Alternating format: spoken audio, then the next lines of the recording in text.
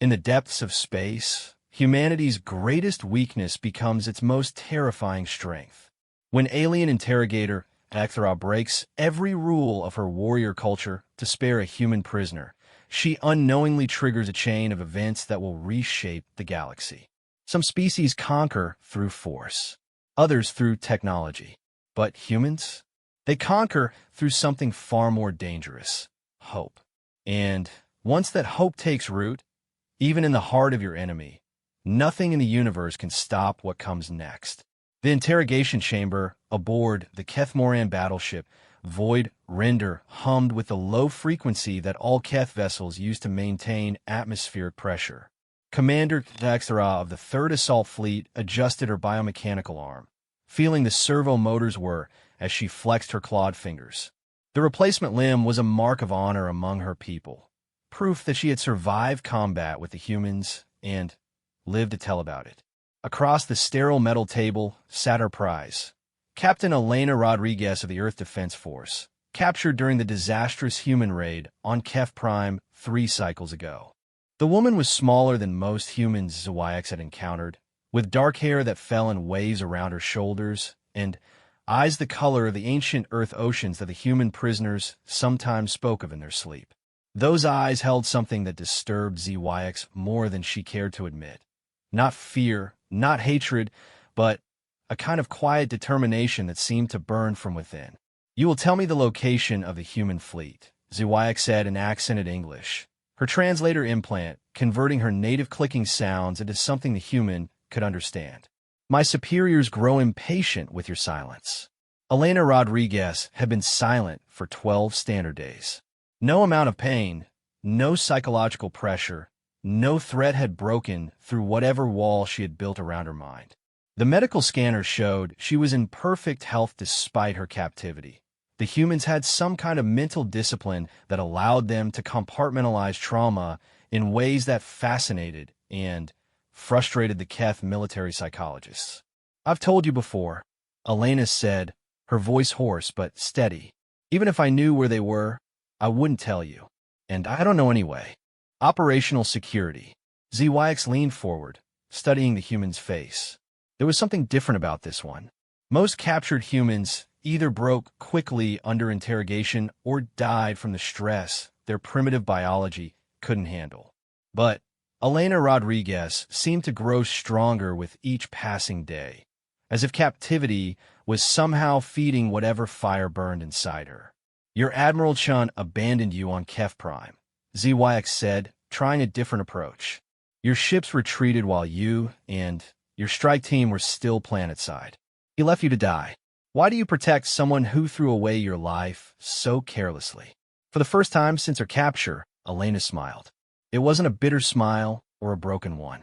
It was the smile of someone who knew something you didn't, and that realization sent an uncomfortable chill down Zwiax's spine.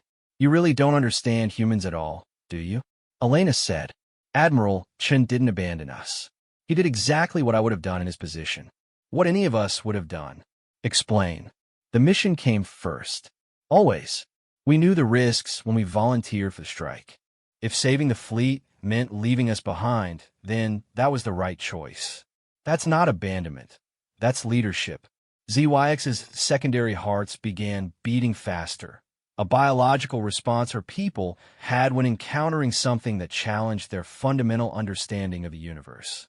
The Keth were warriors, yes, but they were also survivors. The idea of willingly sacrificing oneself for others without expectation of glory or reward was alien to their nature. "Your species confuses sacrifice with stupidity," Zwiax said. "Maybe. Or maybe that confusion is why you're losing this war." The words hit Zwiax like a physical blow. The Keth weren't losing. Their technology was superior, their ships faster, their weapons more deadly. They had conquered 17 systems in the past standard year alone. But something about the way Elena said it, with such quiet certainty, made Zwiax's confidence waver. "We have taken your colonies, your industrial centers. Your people flee before our advanced fleets." "Yes, you have," Elena agreed. "And every time you do, you make more of us." "That makes no sense." We kill your soldiers. Destroy your infrastructure. Elena leaned back in her restraint chair, and for a moment her expression grew distant. There's something you need to understand about humans. We don't just fight with ships and weapons. We fight with ideas. And ideas are a lot harder to kill than people. ZYX felt a frustration building in her thorax that she couldn't quite identify. This human spoke in riddles, but there was something underneath her words that felt dangerous in a way that plasma cannons and kinetic bombardments were not. Every colony you've taken, every city you've destroyed, every family you've separated, it doesn't break us. It teaches us. It shows other humans exactly what they're fighting against. And it makes them willing to do things they never thought they could do. Such as, Elena's smile returned, and this time there was something almost predatory about it. Such as volunteering for suicide missions against impossible odds. Such as staying behind to buy their fleet time to escape. Such as enduring torture for weeks without breaking. The interrogation chamber felt suddenly smaller. ZYX had conducted hundreds of interrogations over her military career, but she had never felt like the prisoner was the one in control of the conversation. "You try to manipulate me," ZYX said. "No, I'm trying to warn you. There's a difference." Before ZYX could respond, her communication implant activated with an urgent pulse. Admiral Korthran himself was requesting her immediate presence in the primary command center. She stood abruptly, her biomechanical arm clicking softly as she moved. "This conversation isn't over," she told Elena. "I know," the human replied quietly. "That's what I'm afraid of." ZYX paused at the chamber door, something in Elena's tone making her look back. The human woman was staring at her with those impossible eyes, and, for just a moment, ZYX felt like she was the one being studied, cataloged, understood in ways she didn't want to be. The command center of the Void Render was a symphony of technological efficiency. Holographic displays showed fleet positions throughout the sector, while Keth officers moved with the practiced grace of a species that had been waging war among the stars for 3,000 years.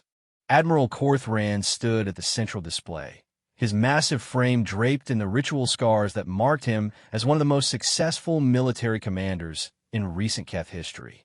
"Commander Thraxthra," he rumbled as she approached. "Report on the human prisoner. She remains uncooperative, Admiral. However, I believe extended interrogation may yield results." Korthran's 4 eyes studied her with uncomfortable intensity.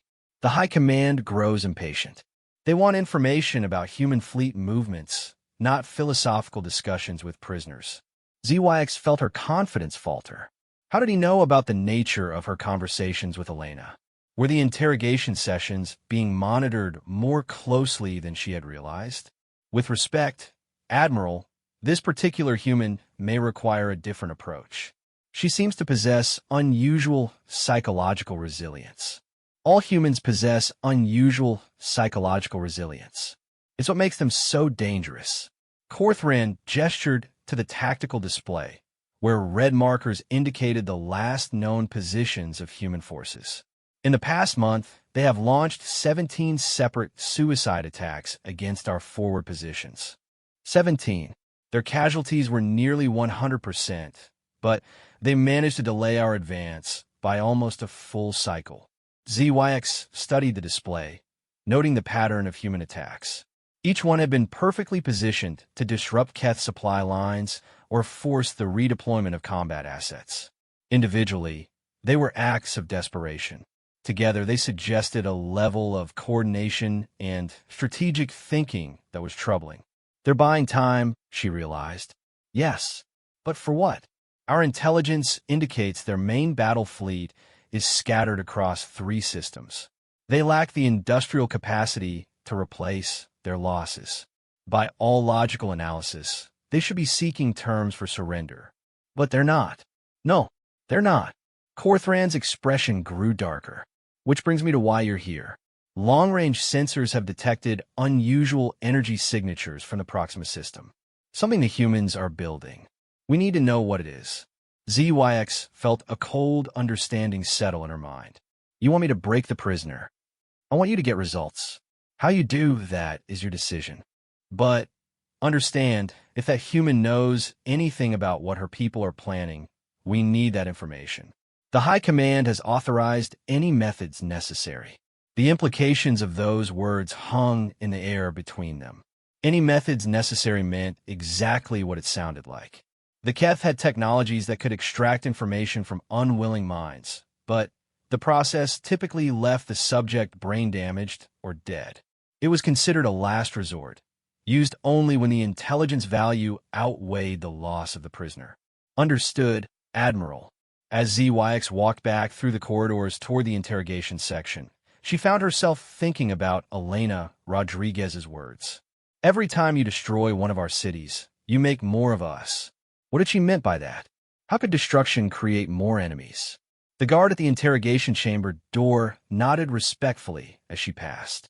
Inside, Elena sat exactly as ZYX had left her, staring at the wall with that same quiet composure that had characterized her entire captivity. Back so soon? Elena asked without looking at her. My superiors are losing patience. I would imagine so. How long has it been since the war started? 2 years? 3? You've taken territory, destroyed ships, killed thousands of our people. But here you are, still fighting us. Still needing to interrogate prisoners to figure out what we're planning next. ZYX sat down across from her, noting how Elena's restraints had left marks on her wrists but hadn't broken her spirit. You speak as if defeat is impossible for your species. Not impossible, just expensive. More expensive than most races are willing to pay. Explain. Elena finally looked directly at her, and ZYX was struck again by the intensity in those human eyes. How many species has the Keth Empire conquered? 47 verified sapient races have been incorporated into the Empire. And how many of them fought to the last member? The question hit ZYX unexpectedly. She had studied military history, knew the campaigns that had expanded Keth territory across this spiral arm of the galaxy. Most species surrendered when their military was defeated and their government overthrown. A few fought on as guerrilla movements for a few years before accepting integration. But none had fought to extinction. That would be none, because it's not rational. When your government falls, when your military is destroyed, when further resistance means the death of everyone you care about, the logical thing to do is surrender. Accept conquest. Hope for eventual freedom. Yes, Elena nodded slowly. Humans aren't always logical. Before ZYX could respond, another communication pulse interrupted her thoughts. This one wasn't from Admiral Corthran. It was a priority alert from the Sensor Division. Enemy contacts, moving fast, heading directly for their position. The klaxons began wailing throughout the ship, and ZYX could feel the subtle vibration that meant the Void Render was bringing its weapons online. She activated her personal communicator. Bridge, this is Commander ZYX-Thera. Report. Unknown vessels approaching from the Kepler direction, came the response. Configuration suggests human origin, but the energy signatures don't match any known class. ZYX looked at Elena, who was listening to the conversation with obvious interest. The human's expression had changed subtly. There was something almost eager about the way she held herself now. How many ships? ZYX asked. Difficult to determine. The energy readings are unusual. Elena Rodriguez began to laugh. It started as a quiet chuckle, but grew into something that filled the interrogation chamber with sound. It wasn't the laughter of madness or despair. It was the laughter of someone who had been waiting for this moment for a very long time. What's so amusing? ZYX demanded. Elena looked at her with eyes that now blazed with something between joy and sorrow. You asked me why Admiral Chun left us behind on Kef Prime. I told you it was because the mission came first. Yes, I didn't tell you what the mission was. The ship shuddered as the captain began evasive maneuvers, and ZYX felt her stomach drop as understanding began to dawn. We weren't there to destroy your military installations, Elena continued, her voice growing stronger with each word. We were there to plant a tracking beacon. A very special tracking beacon that would lead our people directly to your most valuable strategic asset. Another shudder, stronger this time. The sounds of weapons fire echoed through the hull.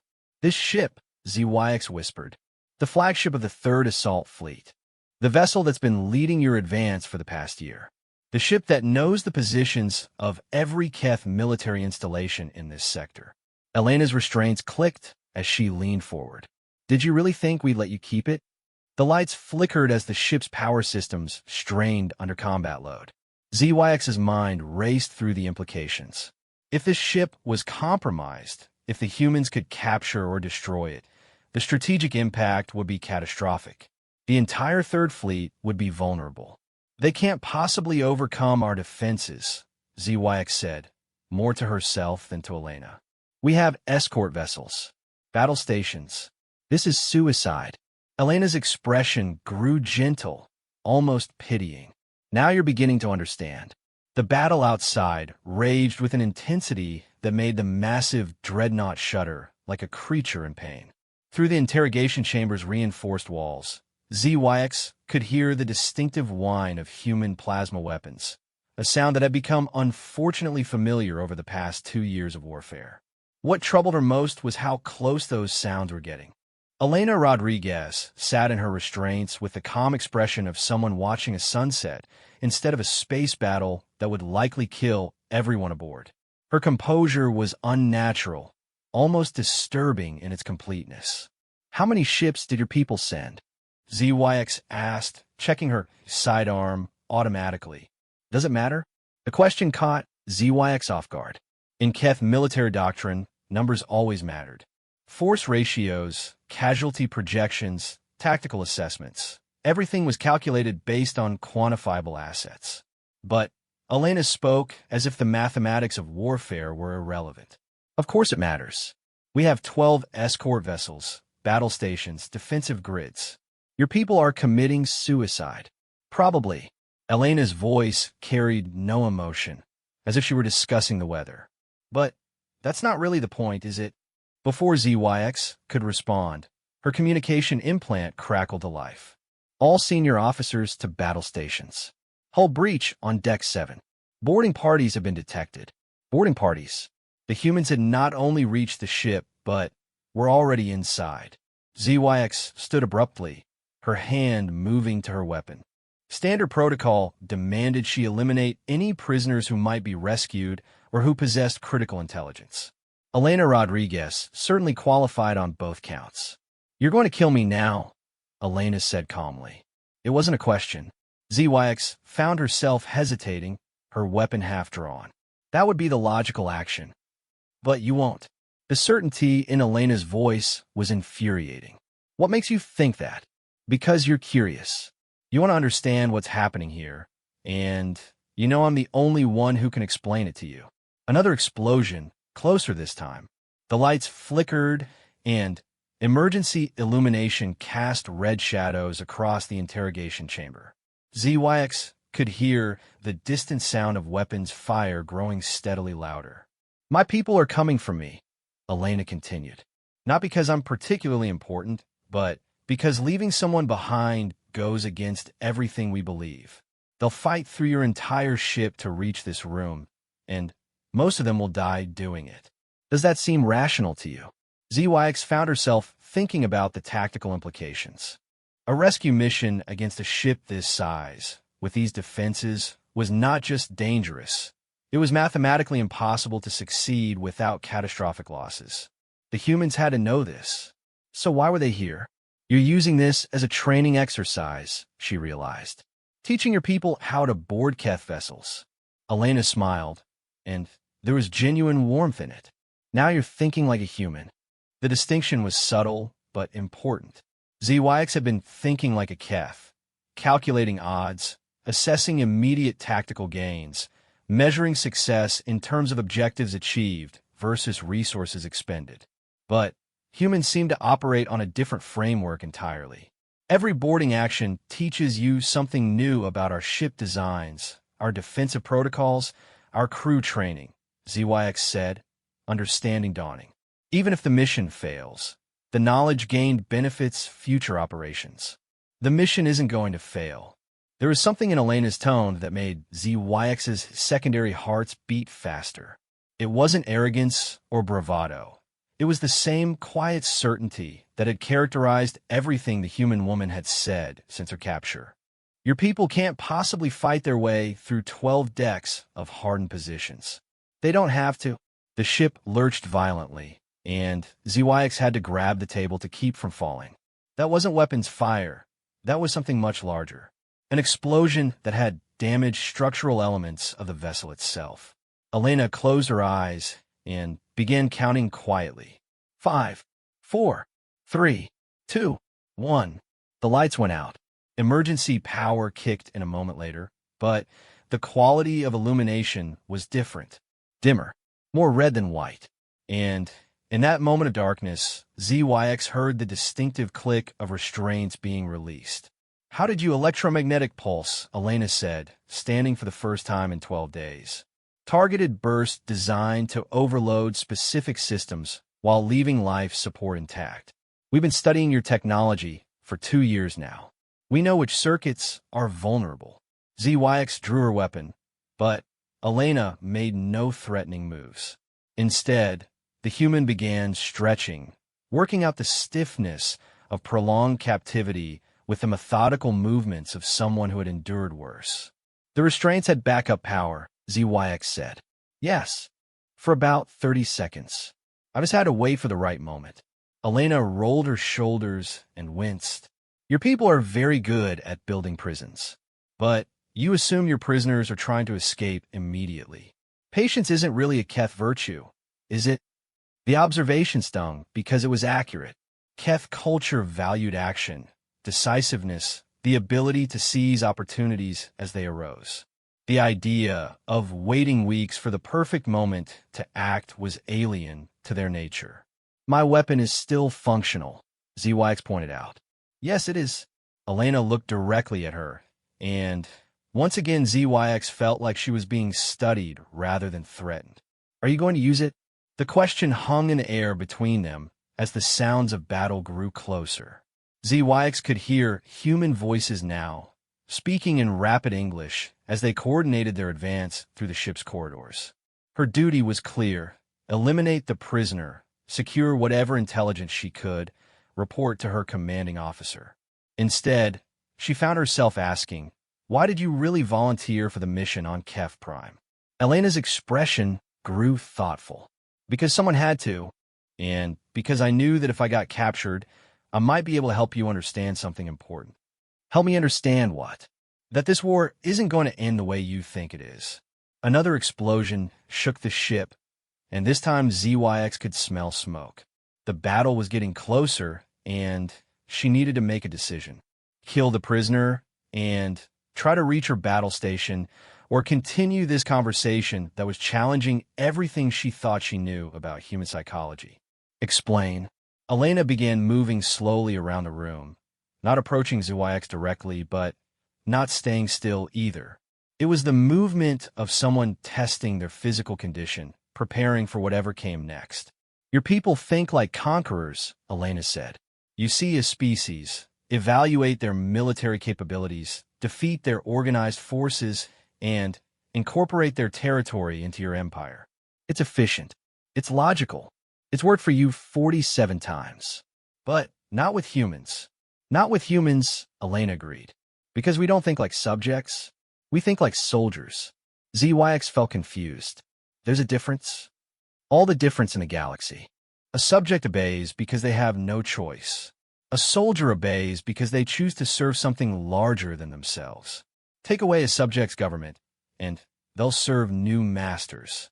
Take away a soldier's government, and they'll build a new one." The corridor outside erupted in weapons fire, much closer now. ZYX could hear Keth voices shouting orders in their native language, but she could also hear human responses, calm, coordinated, professional.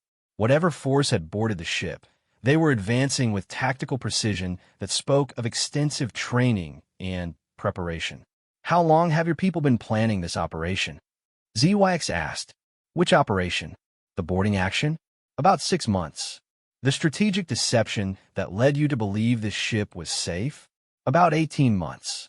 the technological development that made both possible. Elena paused in her movement, looking directly at ZYX. Since the day you first attacked one of our colonies, the implications hit ZYX like a physical blow. Everything, her capture, the location of the ship, the apparent vulnerability of human positions, all of it had been orchestrated. The humans hadn't been reacting to Keth aggression. They had been manipulating it. You've been losing on purpose. Losing? No, we've been learning. Every engagement, every tactical exchange, every piece of technology you've deployed against us has taught us something new about how you fight, how you think, how you make decisions. The weapon fire outside stopped suddenly, replaced by an ominous silence. Then, ZYX heard footsteps in the corridor, confident, unhurried, approaching the interrogation chamber with the certainty of people who knew exactly where they were going. Commander Thlythra, a human voice called through the door in accented but understandable Keth. We know you're in there with Captain Rodriguez. We'd like to speak with you. ZYX felt her grip tighten on her weapon. The voice was male, older, carrying the kind of authority that came from long experience in command positions. Most disturbing was the fact that he had addressed her by name and rank. We don't want to hurt you, the voice continued, but we're going to recover our officer. How that happens depends on your choices in the next 60 seconds. Elena moved closer to ZYX, but not threateningly. Her approach was more like that of someone trying to offer comfort or support. They mean it, Elena said quietly, about not wanting to hurt you. It's not a tactical deception. We don't kill prisoners unless we have no choice. Unlike your treatment aboard this vessel, the voice outside added, and ZYX realized the humans had been monitoring the interrogation sessions. We're aware of the enhanced interrogation techniques that were being considered. Captain Rodriguez was never in any real danger, but we couldn't take the risk. ZYX felt a growing sense of unreality. The humans were conducting a military operation against the Keth dreadnought, but they were taking time to explain their motivations and offer reassurances about her safety. It was behavior that made no sense from a tactical perspective. Why are you doing this? She called out. Because you ask good questions, came the reply. Because Captain Rodriguez believes you're capable of understanding something important about this conflict. Because giving you that understanding might save both our species from a much longer and bloodier war. Elena moved closer until she was standing directly in front of ZYX. At this range, the weapon between them was almost meaningless. Elena could disarm her before she could fire, if she chose to. But instead of attacking, the human woman simply waited. What do you want from me? ZYX asked. I want you to see what we see, Elena replied. I want you to understand what your people are really fighting. Because until you do, this war will continue until one of our species is extinct. The door to the interrogation chamber began to glow as cutting tools started working on the locking mechanism. Whatever decision ZYX was going to make, she needed to make it quickly. If I surrender my weapon, what guarantee do I have of my safety? My word, Elena said simply, and the word of Captain James Chun, United Earth Special Operations. He's the one speaking to you through the door. Chun, the same Admiral Chun who had supposedly abandoned Elena on Kef Prime. ZYX felt another piece of the puzzle fall into place. He didn't abandon you. This was all planned. From the beginning. The raid, my capture, the intelligence you've extracted from the ship's computers, everything. We needed to understand your decision-making processes at the command level. And we needed you to understand ours. The cutting tool finished its work, and the door swung open to reveal a human in combat armor. He was older than Elena, with gray hair and scars that spoke of a lifetime spent in military service. But his eyes held the same quality that had disturbed ZYX throughout her interrogations. Not hatred or fear, but a kind of patient determination that seemed utterly alien. Commander Thexra, he said, removing his helmet in a gesture that was both respectful and tactically insane. No soldier should expose themselves that way in enemy territory. I'm Captain Chun. We have a great deal to discuss. ZYX looked between Elena and the newcomer, then at the weapon in her hand. Every instinct told her to fight, to resist, to die with honor rather than surrender to an enemy force. But something about this entire situation felt different from anything she had experienced in her military career. "What happens if I come with you?" "You learn the truth about this war," Chen replied. "And then you help us figure out how to end it before it destroys both our civilizations." ZYX slowly lowered her weapon. She didn't drop it or offer it to the humans, but the gesture was enough. Elena nodded approvingly. "The ship is lost," Chen continued, "but your crew will be allowed to evacuate to the escort vessels." This operation was never about killing Keth personnel unnecessarily. Then what was it about? Elena and Chen exchanged a look that spoke of long planning and shared understanding. "Proof," Elena said finally. "Proof that humans don't fight wars the way other species do. And proof that when we say we need someone alive, we mean exactly what we say." The human ship was unlike anything ZYX had ever experienced. Where Keth vessels emphasize functionality and efficiency, the human design seemed to prioritize something else entirely. Comfort, perhaps, or maybe just a different understanding of what made a space livable for extended periods.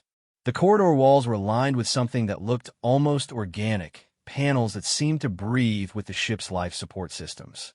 The lighting was softer than the harsh illumination Keth preferred, casting fewer shadows and creating an environment that felt less like a warship and more like a home that happened to travel between stars. Captain Chen led her through a maze of passages that defied the linear logic of Keth's ship design. Instead of straight lines and right angles, the human vessel curved and flowed, creating spaces that felt larger than their actual dimensions. Crew members they passed nodded respectfully to Chen, but didn't stare at ZYX with the curiosity or hostility she expected. If anything, they seemed genuinely disinterested in her presence, as if captured enemy officers were a routine sight aboard their ship. The Resilience was built for extended deep space missions, Elena explained, walking beside ZYX as they made their way toward what Chen had called the observation deck. 6 months minimum deployment, sometimes as long as 2 years. We're going to live somewhere that long. You make it livable. They passed through what appeared to be a recreational area where off-duty crew members were engaged in various activities, reading, playing games, having quiet conversations. None of them were armed, and their relaxed posture spoke of people who felt completely secure aboard their own vessel. "Your crew doesn't seem concerned about having an enemy prisoner aboard," ZYX observed. "Why would they be?" Chen replied without turning around. "You're not a prisoner. You're a guest. There's a difference." The distinction seemed meaningless to ZYX. She was aboard an enemy vessel against her will, separated from her own forces, potentially valuable as a source of intelligence. By any reasonable definition, she was a prisoner of war. But as they continued through the ship, she began to understand what Chen meant. Prisoners were confined, guarded, treated as potential threats. Guests were shown hospitality, given freedom of movement, treated with respect. The humans were extending her all the courtesies of the latter while maintaining the practical restrictions of the former. They entered a large chamber with transparent walls that offered an unobstructed view of space. Through those walls, ZYX could see the void render burning in the distance, its hull breached in multiple places but still largely intact. Around it, the wreckage of the battle spread across several thousand kilometers, debris from both human and Keth vessels mixing in the cold vacuum. "Your escort fleet fought bravely," Chen said, following her gaze. "We took significant losses ourselves." It was true. The tactical display near the observation windows showed the aftermath of what had clearly been a brutal engagement. The humans had achieved their objective, but at a cost that would have made most species question whether the operation had been worthwhile. 16 ships destroyed, Elena said, reading from the display. Nearly 300 personnel killed, all to recover 1 prisoner and capture 1 Keth dreadnought. ZYX felt a chill run down her spine. "You're talking about your own casualties." "Yes, that's irrational." No intelligence asset is worth those kinds of losses. Chen turned to face her fully, and she saw something in his expression that reminded her of Elena's quiet certainty. You're still thinking like a Keth. Cost-benefit analysis. Resource allocation. Acceptable losses. How else should I think? Like a human. He gestured toward the tactical display. Those 300 people who died today, they volunteered for this mission knowing exactly what the survival odds were. Every one of them. ZYX studied the numbers again, trying to understand what she was missing. The mathematics were clear. This operation had cost far more than any reasonable assessment of its benefits could justify. Why would they volunteer for certain death? Because the mission wasn't about recovering one prisoner, Elena said. It was about proving something. Something we needed you to witness personally. Before ZYX could ask, what? The chamber's communication system activated. A new voice spoke, female, and carrying the authority of high command. Captain Chun, this is Admiral Sarah Chun. Please report to the briefing room with our guest. It's time for the second phase. Admiral Chun. ZYX looked between Elena and the captain suddenly, understanding another piece of the puzzle. Family, my daughter, Captain Chun confirmed. She's been planning this operation for over a year. They made their way to another chamber, this one clearly designed for strategic planning. The walls were covered with star charts, tactical projections, and what appeared to be detailed intelligence assessments of Keth military capabilities. At the center of it all sat a woman who looked like an older version of Captain Chun, with the same gray hair and command presence magnified by years of high-level responsibility.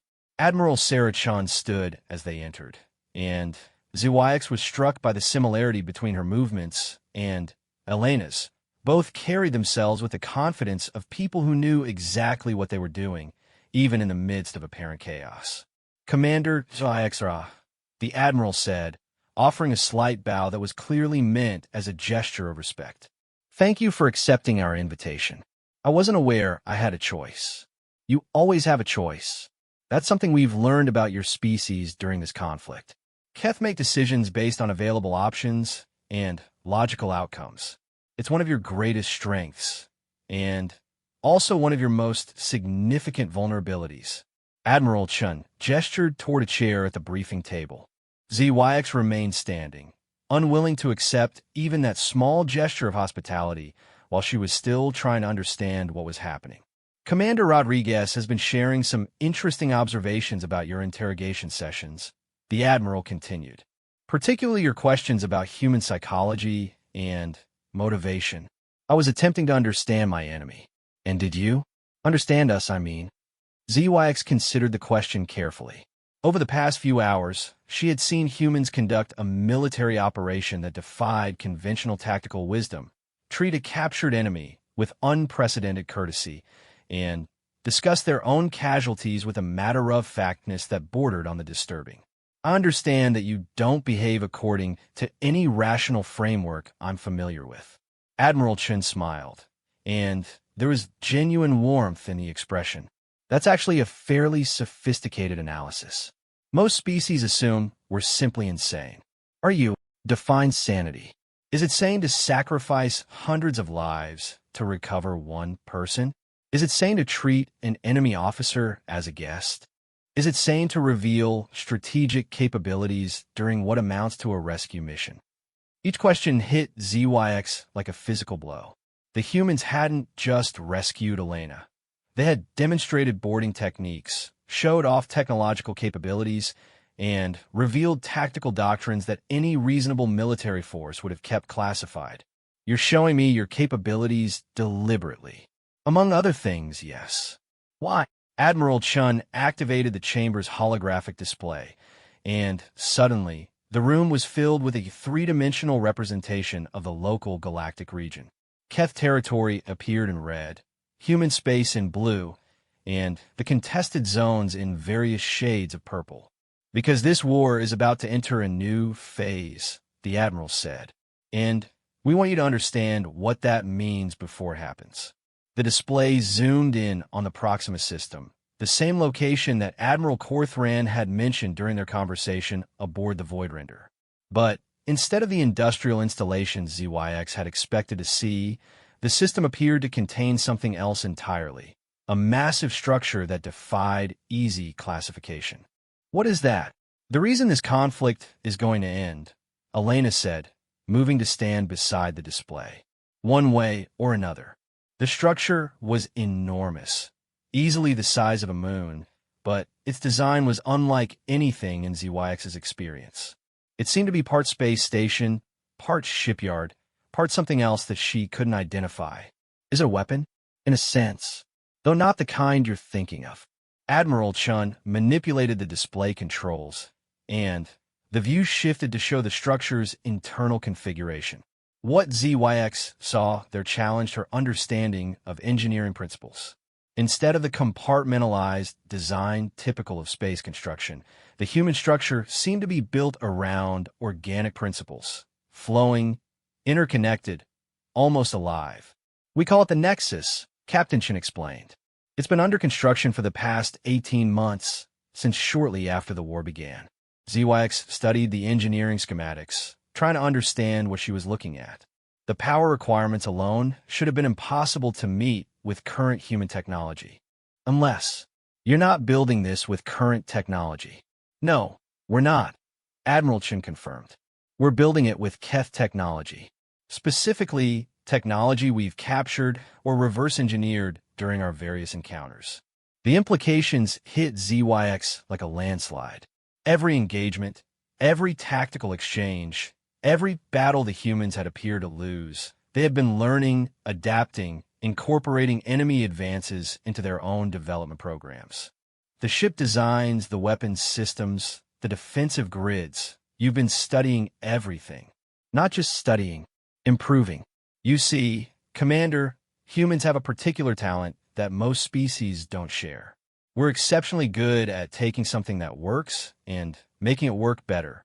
The display shifted again, showing detailed comparisons between Keth and human versions of similar technologies. In every case, the human adaptation was smaller, more efficient, more versatile than the original. You've been reverse engineering our entire technological base, among other things.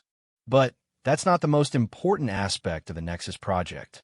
Elena moved closer to the display, pointing to sections of the structure that ZYX had initially dismissed as habitat modules.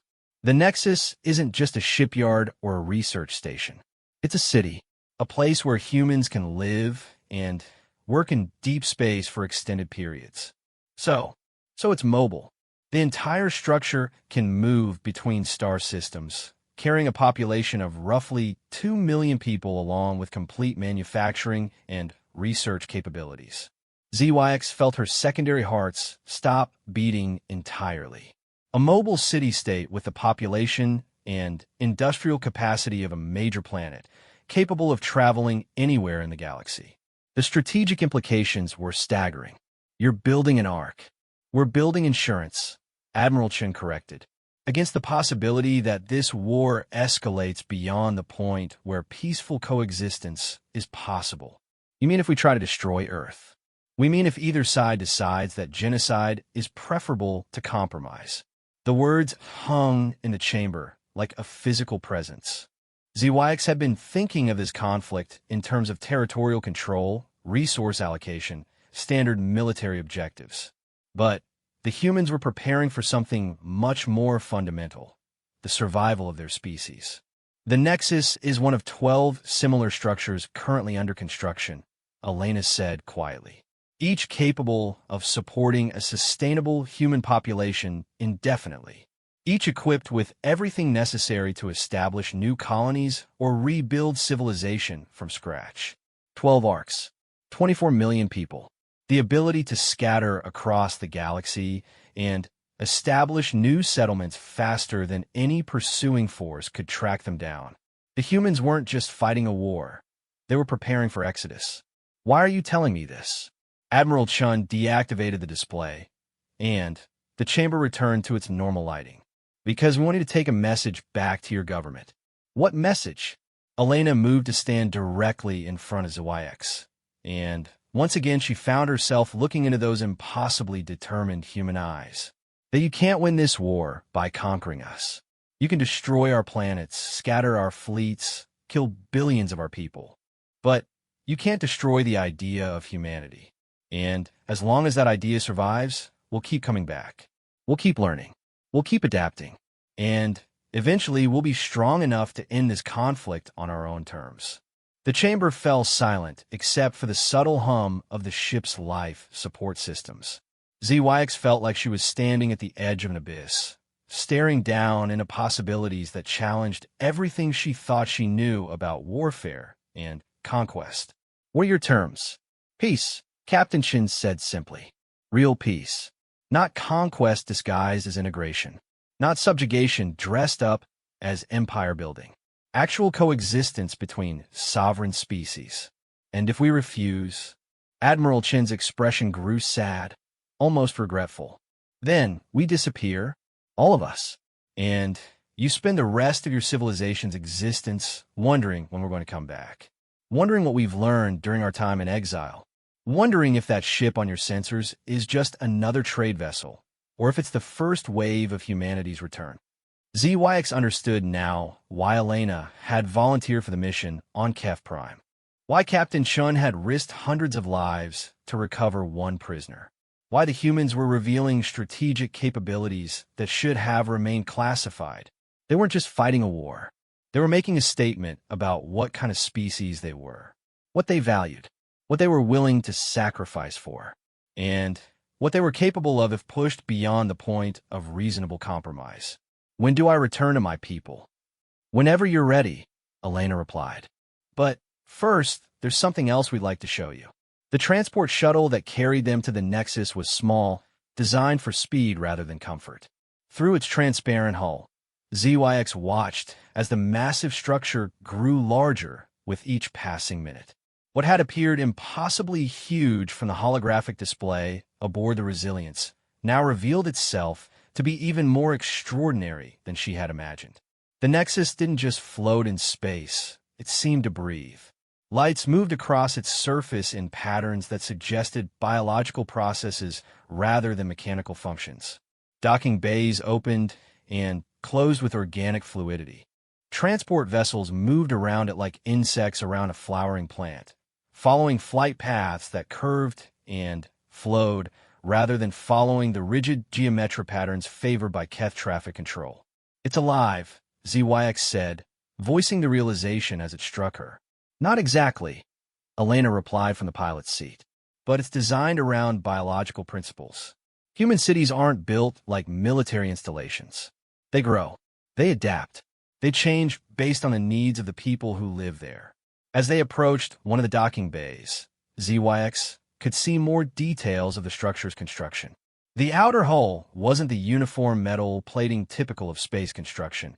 It was a patchwork of different materials, different technologies, different design philosophies, all somehow integrated into a coherent whole. How long did it take to build this? It's not finished, Captain Chin said from the co-pilot position. Probably never will be, in the traditional sense. The Nexus grows continuously. New sections are added. Old ones are modified, systems are upgraded and improved. It's less like building a ship and more like cultivating a garden. The docking bay they entered was vast, easily large enough to accommodate vessels the size of Keth cruisers. But instead of the sterile functionality ZYX expected, the space felt warm, almost welcoming.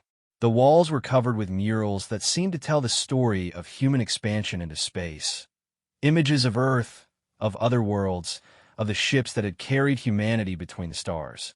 As they disembarked, ZYX was struck by the diversity of the people moving through the docking area. Not just humans, but members of other species as well. She recognized Altarians, Centauri traders, even a few Rigelians, all moving freely, apparently without restriction or surveillance. You have aliens living here? We have neighbors, Elena corrected. People who chose to be here. The Nexus isn't a human-only facility. It's open to anyone who shares our values about peaceful coexistence. They were met at the exit by a young human woman in civilian clothing who greeted Elena with obvious warmth and Captain Chun with respectful familiarity. She looked at ZYX with curious interest but no apparent fear or hostility. Commander Exra, Elena said, "This is Dr. Sarah Kim, one of our xenobiologists. She's been studying Keth physiology for the past year." Dr. Kim smiled and offered what ZYX recognized as a human gesture of greeting. "It's an honor to meet you, Commander. I've been hoping for the chance to have a cultural exchange with a Keth officer." ZYX found herself responding automatically to the greeting, though part of her mind was still processing the implications. The humans had been studying Keth biology not for military purposes, but for cultural understanding. "You're not trying to develop biological weapons?" Dr. Kim looked genuinely shocked by the suggestion. "Of course not. I'm trying to understand how your people experience the universe, how your sensory organs work, how your cognitive processes function, how your social structures develop. The goal is communication, not destruction." They began walking through corridors that defied easy categorization. Part residential area, part research facility, part something else entirely. Children played in open spaces while adults worked at tasks that ranged from obviously scientific to completely mysterious. The overall impression was of a community rather than a military installation. "How many people live here?" ZYX asked. "Currently about 800,000, Dr. Kim replied. "But the population fluctuates as people come and go. Some stay permanently, others visit for a few months to work on specific projects, still others just pass through on their way to somewhere else." They paused at an observation deck that looked out over what could only be described as a park. Real trees grew in artificial soil under lights that mimicked the spectrum of a sun. Families walked along paths, while children played games that seemed to involve floating objects and controlled gravity fields. "You brought an ecosystem with you," ZYX observed. "We brought the idea of home," Elena said. "Humans need more than just air and water and food to survive. We need beauty. We need nature. We need spaces where children can play and old people can sit quietly and watch the world go by." It was such a fundamentally different approach to space colonization that ZYX had trouble processing it. Keth expansion was about resource acquisition and territorial control. Human expansion seemed to be about recreating the conditions that made life worth living. This must require enormous resources. "Less than you might think," Captain Chen said.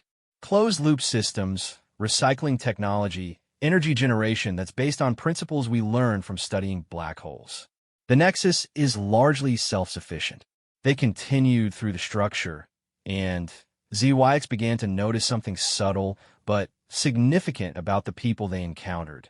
Despite the fact that this was essentially a military installation during wartime, nobody seemed afraid. Children laughed and played. Adults worked with the focused concentration of people engaged in meaningful tasks.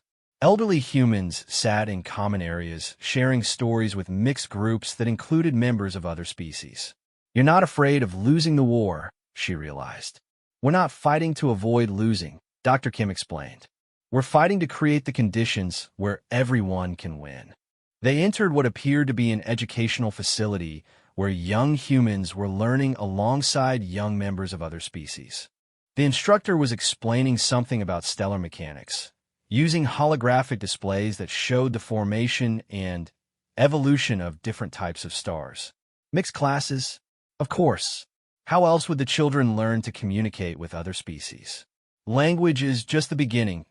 You have to understand how different minds process information, how different cultures approach problems, how different value systems affect decision-making. ZYX watched the children for a few minutes, noting how naturally they interacted despite obvious biological and cultural differences. A young human was helping a young Altarian with a complex calculation, while a young Centauri offered suggestions about a design project. "You're raising them to be diplomats. We're raising them to be citizens of a galaxy where multiple species coexist," Elena corrected. "Diplomats are for when that coexistence breaks down." They moved on to what Dr. Kim called the innovation labs, research facilities where teams of mixed-species scientists worked on projects that seemed to range from pure theoretical physics to intensely practical engineering challenges. In one lab, ZYX saw humans and Altarians collaborating on what appeared to be a new type of faster-than-light communication system. In another, a joint human-Centauri team was developing improvements to atmospheric processing technology. You're sharing your research with other species. We're collaborating with them, Captain Chin said. There's a difference. Sharing implies one side has something the other wants. Collaboration means everyone contributes and everyone benefits. In one of the larger labs, they encountered something that made ZYX stop in her tracks.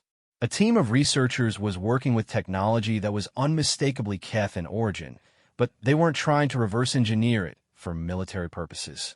Instead, they were studying it alongside representatives from several other species, apparently trying to understand the fundamental principles behind its operation. That's a Keth quantum processor, ZYX said. Yes. It was recovered from a damaged ship about 6 months ago. We've been studying it in cooperation with a group of Keth researchers. Keth researchers? Dr. Kim activated a communication panel, and a holographic image appeared showing another laboratory. In it, several figures in Keth biomechanical suits were working alongside humans and other species on what appeared to be the same project. Commander Vlaxra, one of the Keth researchers, said in accented English, "It is an honor to meet you. I am Research Leader Vorth Kan, formerly of the Imperial Science Directorate." ZYX stared at the image, trying to process what she was seeing. You defected? I chose to participate in research that benefits all species rather than research designed to destroy them, Vorthkan replied. As have several hundred of my colleagues. The implications were staggering. Not only were humans capturing and studying Keth technology, they were convincing Keth scientists to join their research efforts voluntarily. How many of my people are here? Currently? About 1,200 across all the Nexus facilities, Dr. Kim said. Scientists, engineers, cultural specialists, even a few former military officers who decided they preferred peaceful collaboration to warfare. ZYX felt like the ground was shifting beneath her feet. Everything she thought she understood about this conflict was proving to be incomplete or outright wrong. Why would they betray their own species? Elena moved closer, and ZYX saw that familiar expression of patient understanding in her eyes. They didn't betray anyone. They chose to work toward a future where all species can survive and prosper instead of one where only the strongest survive. The same choice we're hoping you'll make, Captain Chen added. They spent the next several hours touring different sections of the Nexus. ZYX saw manufacturing facilities that produce goods for trade with other species rather than weapons for war. She saw research labs developing medical technology that could benefit multiple biological types.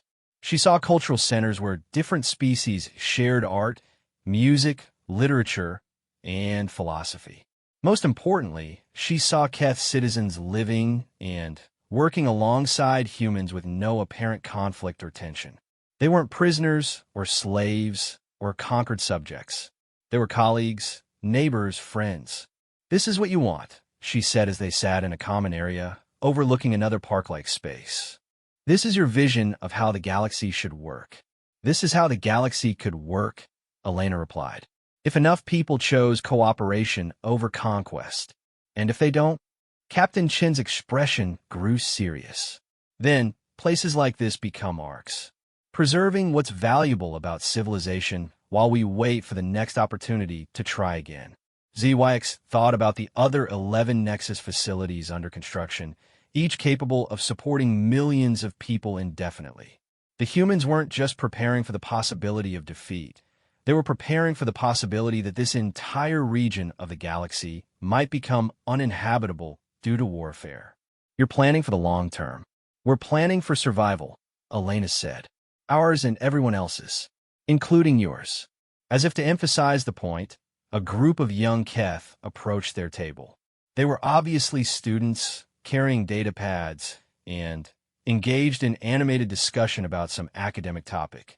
When they noticed ZYX, they stopped and offered polite greetings before continuing on their way. How old are they? 16, 17 standard years, Dr. Kim replied.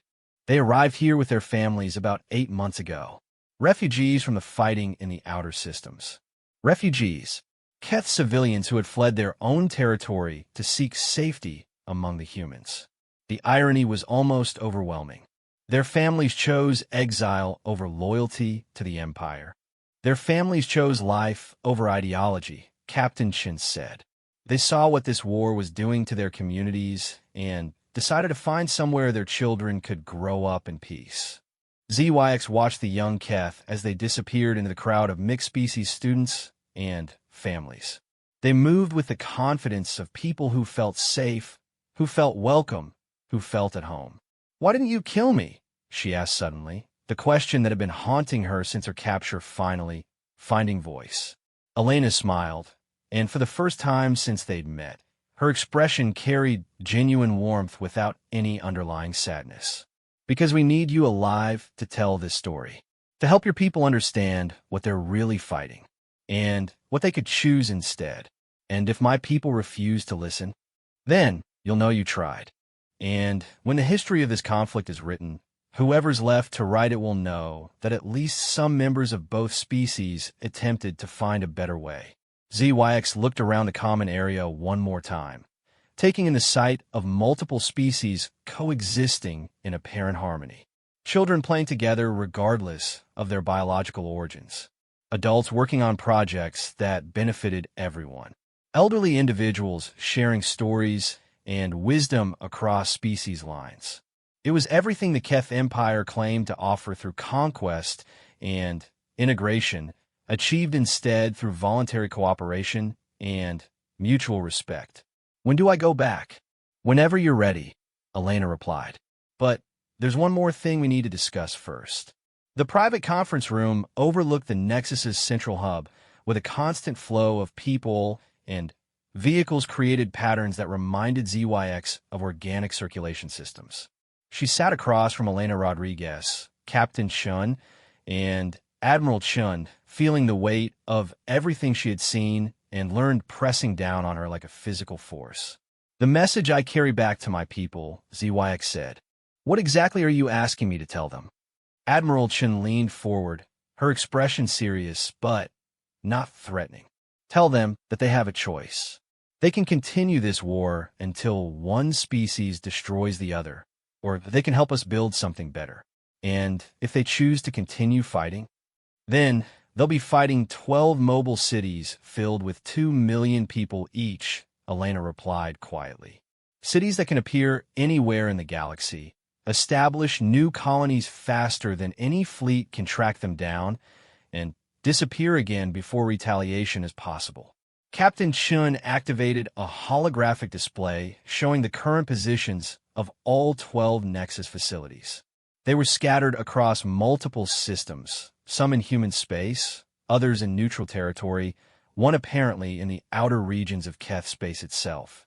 "You have a facility in our territory?" "We have a facility where Keth civilians asked us to build one," Admiral Chen corrected. "Refugees from the outer colony wars. People who lost their homes when the fighting spread beyond the military zones." ZYX studied the display, noting that several of the facilities were positioned near major Keth population centers. The strategic implications were staggering, not for military purposes, but for something much more significant. "You're offering sanctuary to our civilians." "We're offering sanctuary to anyone who wants it," Elena said. "Keth, human, or any other species caught in the crossfire. The Nexus facilities aren't weapons. They're lifeboats." "Lifeboats for what?" Admiral Chun manipulated the display controls, and the view expanded to show projected casualty estimates for various escalation scenarios. The numbers were sobering. Billions dead on both sides if the war continued to its logical conclusion. For the possibility that this conflict destroys both our civilizations, Captain Chun said grimly. "We've run the projections. If this war continues for another 2 years at current intensity, both species will suffer population losses that could take centuries to recover from." ZYX felt her secondary hearts begin beating faster as she processed the implications. "You're preparing for mutual annihilation." "We're preparing for survival beyond mutual annihilation," Elena corrected.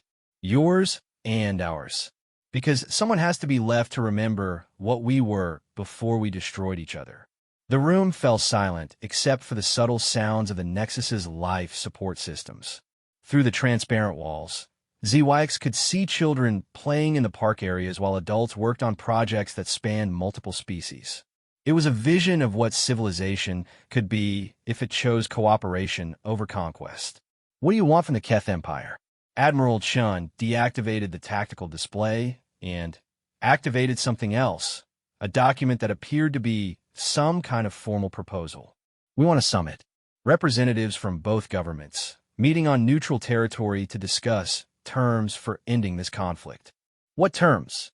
Mutual recognition of sovereignty, establishment of formal diplomatic relations, cooperative development of border regions rather than contested ownership, joint research initiatives for technologies that benefit all species.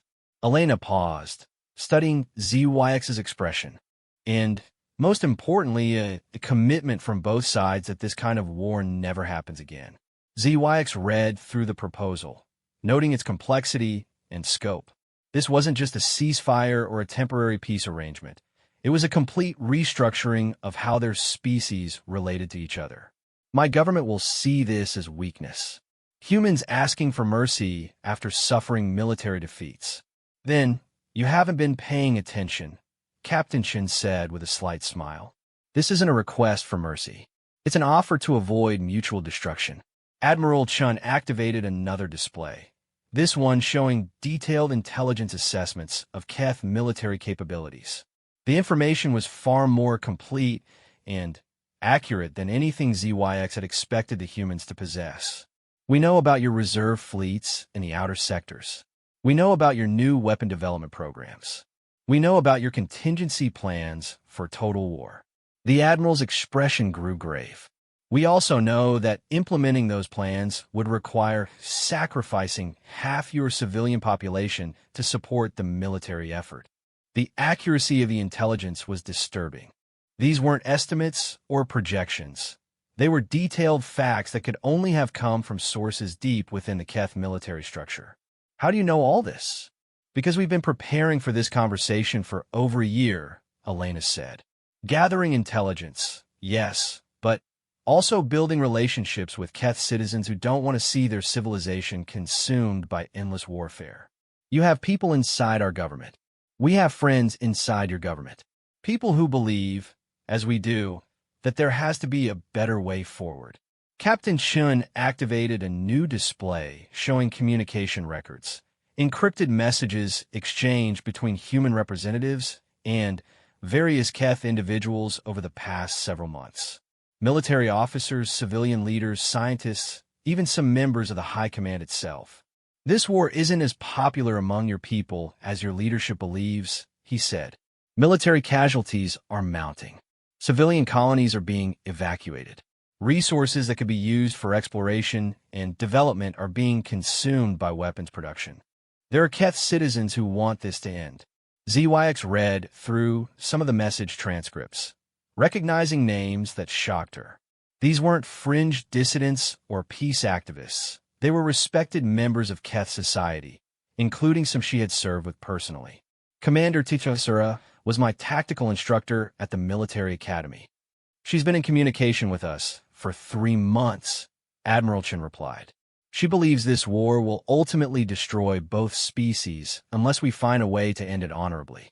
The weight of betrayal or loyalty, depending on perspective, settled over ZYX like a heavy blanket. Everything she thought she knew about the unity of Keth society was proving to be an illusion. How many of my people are involved in these communications? Enough, Elena said simply. Enough to make peace possible if both sides are willing to try. Admiral Chin stood and moved to the observation window, looking out over the Nexus's central hub. Commander, we didn't rescue you from that interrogation chamber to recruit you as a spy or convert you to our cause. We rescued you because we needed someone with the courage to ask difficult questions and the integrity to seek honest answers. What questions? Whether this war is worth the cost. Whether conquest is worth the price in blood and resources. Whether there's value in building something together instead of destroying each other separately. ZYX joined the Admiral at the window, watching the constant movement of people and vehicles below. In the distance, she could see construction crews working on new sections of the facility. Keth workers alongside humans and members of other species building something that would benefit all of them. You're asking me to betray my oath of service. We're asking you to honor the deeper purpose behind that oath, Captain Shin said, moving to stand beside them. Protection of your people, preservation of your civilization, ensuring that future generations have something worth inheriting. Elena remained seated, but her voice carried clearly across the room. We're asking you to help us save both our species from a war that nobody really wants and everybody's afraid to stop. ZYX thought about the children she had seen playing in the parks, the researchers collaborating on projects that could benefit multiple species, the families who had chosen exile over warfare. She thought about the young Keth refugees who were growing up learning to see other species as neighbors rather than enemies. If I take your message back to my people, they'll want proof of your sincerity. What kind of proof? Something that demonstrates you're willing to accept risk, to make sacrifices for peace. Admiral Chun and Captain Chun exchanged a look that spoke of long planning and shared understanding. Elena smiled, and ZYX recognized the expression. It was the same quiet certainty that had characterized their first conversation in the interrogation chamber. We're prepared to offer something unprecedented, Admiral Chun said. Complete access to the Nexus facilities for Keth inspection teams. Full disclosure of our defensive capabilities and strategic plans. Open sharing of all non-military research and development. The offer was so comprehensive that it took ZYX a moment to fully process its implications. The humans were proposing to reveal every significant secret they possessed to their enemies, trusting that the knowledge would be used for peaceful purposes rather than military advantage. That's either the most generous gesture in the history of interstellar diplomacy or the most elaborate trap ever conceived. It's neither, Elena said, standing and moving to join them at the window. It's proof that we believe what we've been telling you. That cooperation produces better results than competition. That trust, once given and honored, creates possibilities that conflict never can. ZYX looked out over the Nexus one more time, trying to memorize every detail of what she had seen. The diversity of species living and working together. The children growing up without fear or hatred. The researchers developing technologies that could benefit everyone. The refugees finding safety and hope in a place built by former enemies. When do I leave? Tomorrow morning, Captain Shin replied. We'll provide you with a fast ship and an escort to the edge of Keth space. After that, you'll be on your own. And if my people refuse to listen, if they see this as an attempt at deception or manipulation. Admiral Chin's expression grew sad, but resolute. Then, you'll have done everything possible to prevent a tragedy. And the people here will know that when the time came to choose between hope and fear, at least some individuals from both species chose hope. Elena moved closer until she was standing directly beside ZYX. There's one more thing you should know. The question you asked me, why we didn't kill you. The real answer isn't that we needed you alive to deliver a message. Then what is it? We needed you alive because every life matters. Keth, human, or any other species. The moment we start deciding that some lives are expendable for strategic purposes, we become the kind of civilization that doesn't deserve to survive.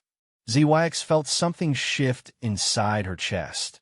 A recognition that went deeper than tactical analysis or strategic assessment. These humans weren't just offering peace, they were demonstrating what peace looked like when it was built on genuine respect for the value of life itself. I'll deliver your message, she said quietly. But I can't promise it will be received the way you hope. We know, Captain Chin replied. But you can promise that it will be received honestly. And sometimes that's enough to change everything. As they prepared to leave the conference room, Elena touched YX's arm gently. Commander, when you speak to your leaders, remember what you've seen here. Remember that there's another way to live, another way to be strong, another way to ensure your people's future.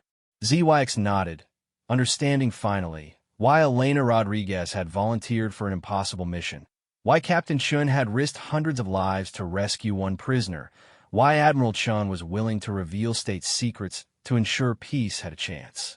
They weren't fighting to win a war. They were fighting to make war unnecessary. And they needed her alive to prove that such a thing was possible. The shuttle that carried her back to Keth space was small and fast, designed for diplomatic missions rather than military operations. As the Nexus grew smaller in the rear viewports, ZYX found herself already missing the sense of possibility that had permeated the facility. She carried with her a complete record of everything she had seen and learned, along with the formal peace proposal from the human government. Whether her people would listen to that message remained to be seen. But for the first time since the war began, ZYX believed there might be a future worth fighting for. One where the question, "Why didn't you kill me?" had a simple answer. Because we need each other alive. The stars ahead held either destruction or hope. In 12 hours, she would find out which her people would choose.